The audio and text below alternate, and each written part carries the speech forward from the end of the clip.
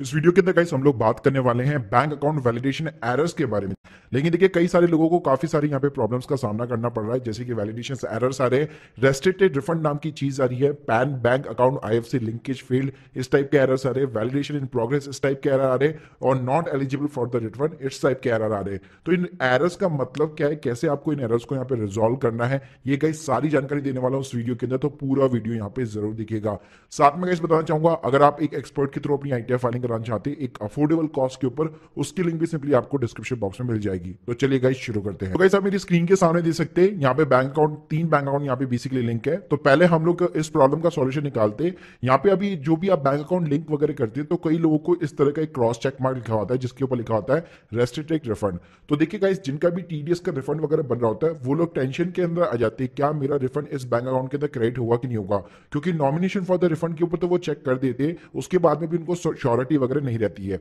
तो देखिए गाइस, ये एरर क्या है, तो इस एरर को जाने के लिए सिंपली गाइस, जैसे आप व्यू बैंक डिटेल्स के ऊपर क्लिक करेंगे तो यहाँ पे आपको रिमार्क्स दिखाएगा। यहाँ पे लिखा हुआ है guys, refund can be the credited only up to 50 lakh rupees due to name mismatch between the bank and the PAN card. जी हाँ, तो देखिए ये एरर इसलिए आ रहा है क्योंकि गाइस आपका जो पैन कार्ड है उसके अंदर नाम अलग है और आपका जो बैंक अकाउंट है उसके अंदर नाम अलग है। इसी चीज को वेरीफाई करने के लिए मैंने सिंपली जो है इस पैन कार्ड होल्डर का यहाँ पे जो है बैंक स्टेटमेंट डाउनलोड कर लिया। तो यहाँ पे आप देख सकते हैं, इनका यहाँ पे फर्स्ट नेम और लास्ट नेम दोनों चीजें बेसिकली मेंशन है, लेकिन इनके जो पैन कार्ड के अंदर जो प्रोफाइल है उसके अंदर केवल फर्स्ट नेम मेंशन है। अल्टीमेटली पैन कार्ड के डेटाबेस में उनका केवल फर्स्ट नेम है, कोई भी लास्ट नेम नहीं है। तो गाइस यही डिफरेंस की वजह से, यही नेम के मिसमैच होने की वजह से यहाँ पे इस टाइप का रिमार्क्स आ रहा है। और ऑब्वियसली बात है गाइस, मैक्सिमम लोगों का जो रिफंड अमाउंट है वो 50 लाख के यहाँ पे नीचे ही होता है। तो यहाँ पे आपको बिल्कुल भी घबराने की जरूरत नहीं है। अगर इस टाइप का अगर आपको एरर दिखता भी है तो सिंपली आप उसको इग्नोर कर सकते हो और अपना आपका जो रिफंड वगैरह होगा वो प्रॉपर तरीके से क्रेडिट होगा, कोई दिक्कत नहीं है।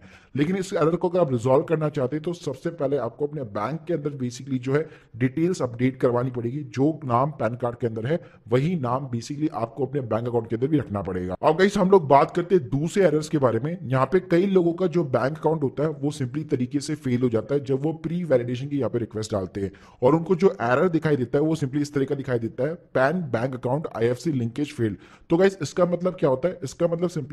सिंपल से ये है कि जो इनकम टैक्स का जो सर्वर है, जब आपने यहाँ पे जो है प्री वैलिडेशन के लिए रिक्वेस्ट डाली है, तो यहाँ पे इनकम टैक्स का सर्वर क्या करता है, बैंक के सर्वर को अप्रोच करता है और यहाँ पे क्रॉस वेरीफाई करता है कि जो पैन कार्ड यहाँ पे या जो बैंक डिटेल्स आपने यहाँ पे इंसर्ट की है उसके अंदर ये वाला पैन कार्ड इंसर्टेड है कि नहीं है। अगर वो उसको डिटेल्स नहीं मिलती है तो इस टाइप के आपको यहाँ पे एरर दिखाई देते हैं। गाइस यहाँ पे भी जब मैं अपने प्रोफाइल वाले सेक्शन के अंदर गया तो यहाँ पे मुझे पता चला, जब इस अकाउंट को यहाँ पे ओपन कराया गया था तो सिंपली आधार कार्ड के थ्रू ओपन कराया गया था और उस टाइम पे जो है पैन की डिटेल्स भी यहाँ पे दी गई थी, लेकिन मेनली जो नाम वगैरह है, जो सारी चीजें इंफॉर्मेशन है, वो सारी आधार कार्ड से पिकअप की गई थी ऑटोमेटिकली। तो आप लोगों को पता होगा कि आजकल ऑनलाइन अकाउंट ओपन हो जाते हैं आधार कार्ड के थ्रू, ई-केवाईसी के थ्रू। तो देखिए गाइस यहाँ पे क्या हुआ, यहाँ पे प्रॉब्लम ये हुई कि जब यहाँ पे कोटक महिंद्रा का जो बैंक का सर्वर है वो सिंपली मेरे पैन कार्ड की इंफॉर्मेशन जो इनकम टैक्स डिपार्टमेंट के साथ में शेयर नहीं कर पा रहा है। तो गाइस इसको रिजॉल्व करने के लिए हम लोगों ने क्या किया, सिंपली गाइस हम लोगों ने केवाईसी को अपडेट किया। तो गाइस हम लोगों ने जैसे यहाँ पे केवाईसी को अपडेट किया, हमने प्रॉपर तरीके से पैन नंबर वगैरह डाला ऑनलाइन ही,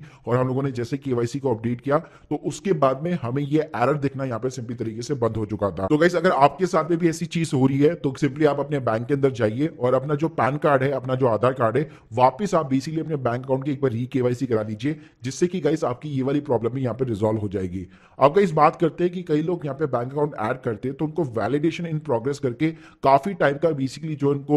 वक्त लगता है, मतलब आप कह सकते हैं 3-4 दिन हो जाते हैं, उसके बाद में भी उनकी स्क्रीन के सामने वैलिडेशन इन प्रोग्रेस ही नजर आता है और यहाँ पे लिखा होता है not eligible for the refund. तो गाइस इसका सिंपली यहाँ पे क्या रीजन है, तो देखिए गाइस यहाँ पे मैं आप लोग को बताना चाहूंगा, जो हमारे इंडिया के अंदर जो टॉप लेवल के बैंक है, जैसे प्राइवेट बैंक हो गया, आईसीआईसी हो गया, बेसिकली एक्सिस वगैरह हो गया, एचडीएफसी वगैरह हो गया, या गवर्नमेंट बैंक्स में जैसे एसबीआई हो गया, कैनरा बैंक हो गया, या फिर और कोई भी अदर गवर्नमेंट जो टॉप मेजर का बैंक हो, तो उन सभी के जो अकाउंट्स होते हैं ना वो इंस्टेंटली यहाँ पे जो है बेसिकली प्री वैलिडेट हो जाते हैं। लेकिन गाइस कुछ यहाँ पे स्मॉल फाइनेंस बैंक हो गए या कुछ ऐसे बैंक्स गाइस, मान लीजिए जो कोऑपरेटिव सोसाइटीज वगैरह है, तो गाइस उनके वैलिडेशन होने में ना काफी ज्यादा टाइम लगता है। इवन हमारा जो इनकम टैक्स डिपार्टमेंट का सर्वर है ना, वो कई बैंक्स को तो यहाँ पे एक्सेप्ट भी नहीं करता है। तो गाइस यहाँ पे आप लिस्ट देख सकते हो, इन बैंक के के जो बेसिकली आपके जो प्री वैलिडेशन होगा वो काफी जल्दी तरीके से होता है, जिसके अंदर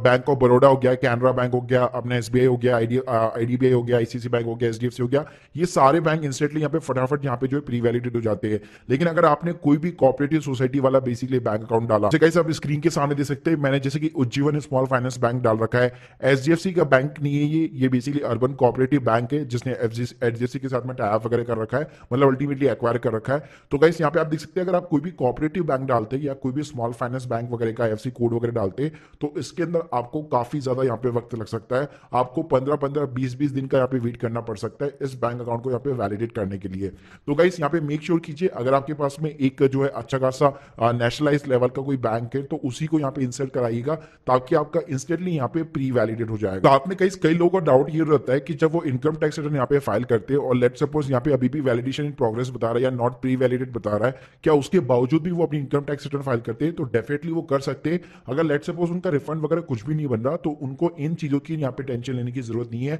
अगर प्री वैलिडेट बाई चांस नहीं भी होता या फिर फेल भी हो जाता है, उसके बावजूद भी यहाँ पे आप अपनी इनकम टैक्स रिटर्न जो है बड़े ही आसान तरीके से फाइल कर सकते हैं। बस हाँ, अगर आपका टीडीएस रिफंड बन रहा है तो मेक श्योर कीजिएगा यहाँ पे आपका एक अकाउंट एटलीस्ट यहाँ पे वैलिडेट होना चाहिए, तभी इसी अकाउंट के अंदर आपका रिफंड यहाँ पे बेसिकली क्रेडिट हो पाएगा। Guys hope you like this video, please subscribe channel. अगर आप लोग के कोई भी डाउट है कमेंट बॉक्स में जरूर